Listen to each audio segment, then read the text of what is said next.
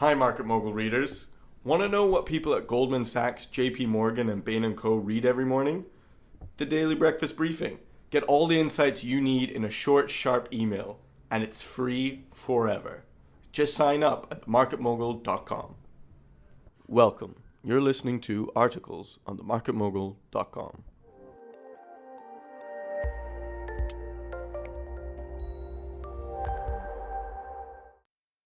Why Water is Becoming a Hot Commodity by Tristan Mann. Trying to choose between a cup of coffee or a glass of water? Well, you do not have to, as a cup of coffee includes 140 liters of water already. Coffee is not the culprit.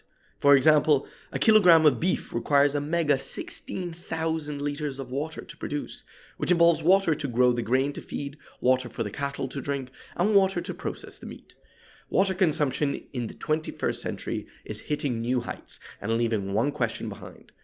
Is it possible for the world to start to run out of fresh water supplies? Growing demand for the commodity. It is a scary question to ask and a more daunting one to answer, but there is a modest amount of evidence to show that the world's supply of fresh water is rapidly decreasing. After successfully foreseeing the 2007 financial crisis, renowned investor Dr. Michael Burry has turned his attention towards commodities, specifically water. In a December 2015 interview with New York Magazine, Burry discussed his reasons for allocating a substantial part of his portfolio to water, but his response was somewhat vague. And he stated that water will always be in demand considering its growing industrial use. This is true, of course. But for the investment to pay off, the price of water needs to increase, and for that to happen, either the demand needs to increase or the available supply must drop. So does Burry know something the world does not? If one looks at the evidence over the past 2 decades, there is a strong indication that he could be secretly predicting a more shocking calamity than the 2007-2008 crisis.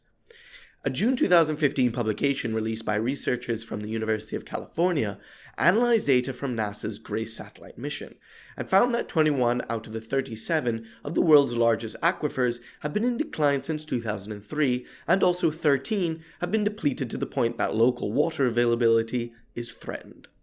These aquifers, which hold some of the largest reserves around the world, are found underground in layers of water-bearing permeable rock, but are being pumped to the surface a lot quicker than they are naturally able to replenish.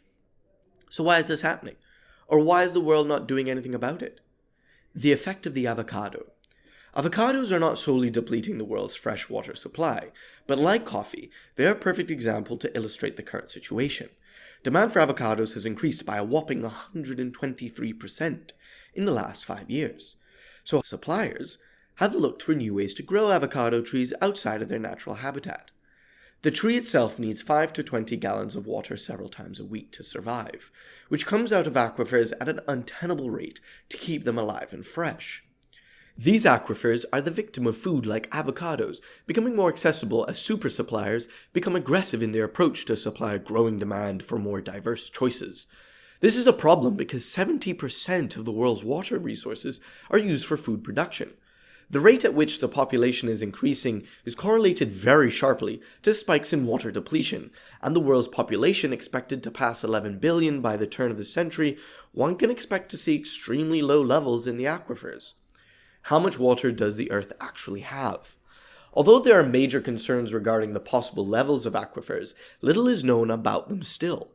This could be a possible reason for underground water being used inefficiently, as it is easier to misuse something when the physical consequences are not immediately visible. So if this is the case, surely one needs to understand them better, as groundwater aquifers receive insufficient management compared to more visible supplies in reservoirs and rivers. However, aquifers are hard to study, and according to studies, a large number of wells, equal to the oil industry, would be needed to study them, which is not realistic due as there is not enough profit in water commerce. Solutions. Controlling waste management more effectively and the numbers in the food and beverage industry could have a profound impact on underground water future depletion rates.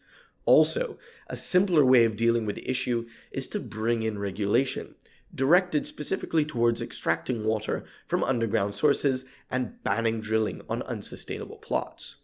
However, in 1904, the Texas Supreme Court ruled that groundwater was too secret, occult, and concealed to regulate, and in practice, food manufacturers and drilling companies hold a substantial amount of power, which makes it difficult to limit their activities.